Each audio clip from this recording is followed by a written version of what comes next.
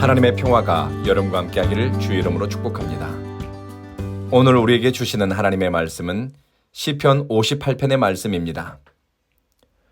억울한 일을 당했는데 그 억울함을 풀 수 없을 때 마음속에 한이 쌓인다고 합니다. 역사학자들은 우리 민족은 한이 많은 민족이고 억울한 일을 많이 겪은 민족이라고 합니다. 지금도 정리되지 않은 과거사 때문에 고통받는 사람들이 있고 그 아픔이 한으로 남은 사람들이 있습니다. 오늘 시편을 다윗은 하나님께 기도처럼 탄식처럼 올려드렸습니다. 그런데 억울한 일을 많이 당했는데 분노와 증오의 감정에 마음의 주도권을 빼앗기지 않았습니다.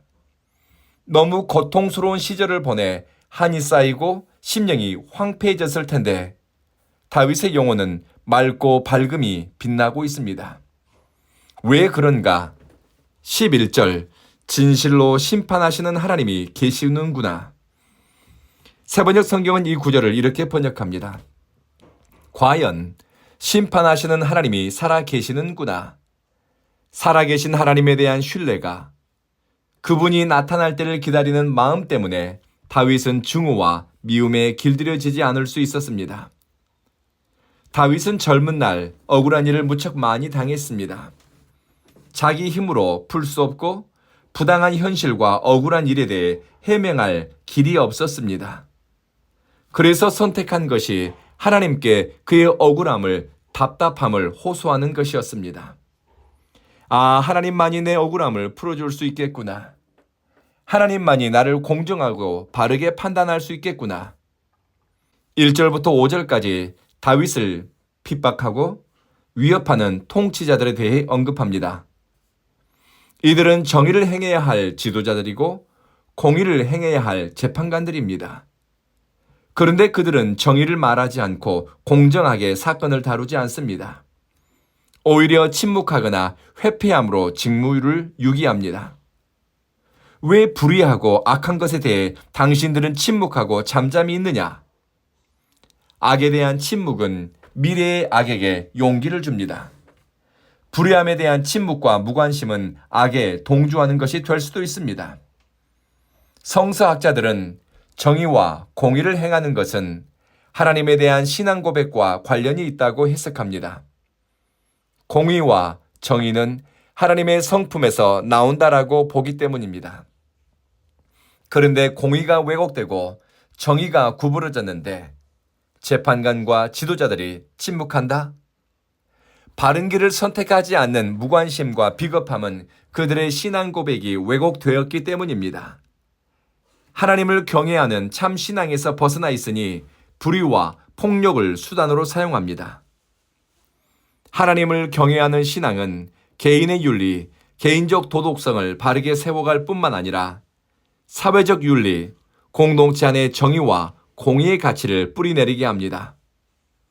다윗은 지도자가 된 사람, 공동체 안에 영향을 미칠 수 있는 사람들이 마음속으로 불의한 일을 꾸미고 손으로는 폭력을 행하고 있다고 하나님께 고발합니다.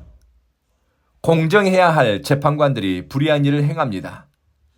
이러니 악인들이 새를 불리고 의인들이 잠잠해집니다. 다윗은 악한 지도자, 마음이 비뚤어진 재판관, 사람을 해코지하고 고통을 주는 악인을 가리켜 그 사람들은 모태에서부터 어긋난 길로 간 사람들이라고 말합니다. 새번역 성경은 악한 사람은 모태에서부터 곁길로 나갔으며 거짓말하는 사람은 어머니 뱃속에서부터 빗나갔다라고 번역했습니다. 다윗은 자신의 억울함을, 불의한 시대에 살아가야 하는 고통스러움을 하나님께 호소하며 이렇게 요청합니다. 저 악인들의 일을 꺾으시고 그들의 어금니를 꺾어내소서. 재판관들을 응징해 주시고 못된 짐승처럼 사람을 해치는 그들의 날카로운 이빨을 못쓰게 해달라는 것입니다. 압제받는 백성들과 의인들의 고통을 하나님이 보시고 세상 역사 속에 개입해 주시기를 간곡하게 기도했습니다. 결국 악인들이 하나님의 심판을 당할 것이다. 그리고 이 땅을 심판하시는 하나님이 살아계시는구나. 하고 사람들이 말할 수 있게 해달라고 은총을 구합니다. 시편 58편에서 다윗의 기도는 아직 응답되지 않았습니다. 그러나 그는 하나님께 탄원하고 하나님 앞에 호소하는 것을 중단하지 않습니다. 다윗은 고난을 겪으면서 포기하지 않았고 현실의 고통, 자신의 능력을 압도하는 문제 앞에서 끊임없이 하나님의 은총을 구하는 것을 포기하지 않았습니다. 하나님이 의로운 자들의 인생 가운데 선을 베풀기를 구하고 또 바랍니다. 다윗이 하나님을 경외하는 사람에게 당부하는 것은 하나님은 악인을 심판하십니다. 그러니 인간 역사에 대해, 개인의 삶에 대해 하나님이 침묵하시는 것 같아도 이것은 주님이 죄를 용납하는 것이 아니라는 것입니다.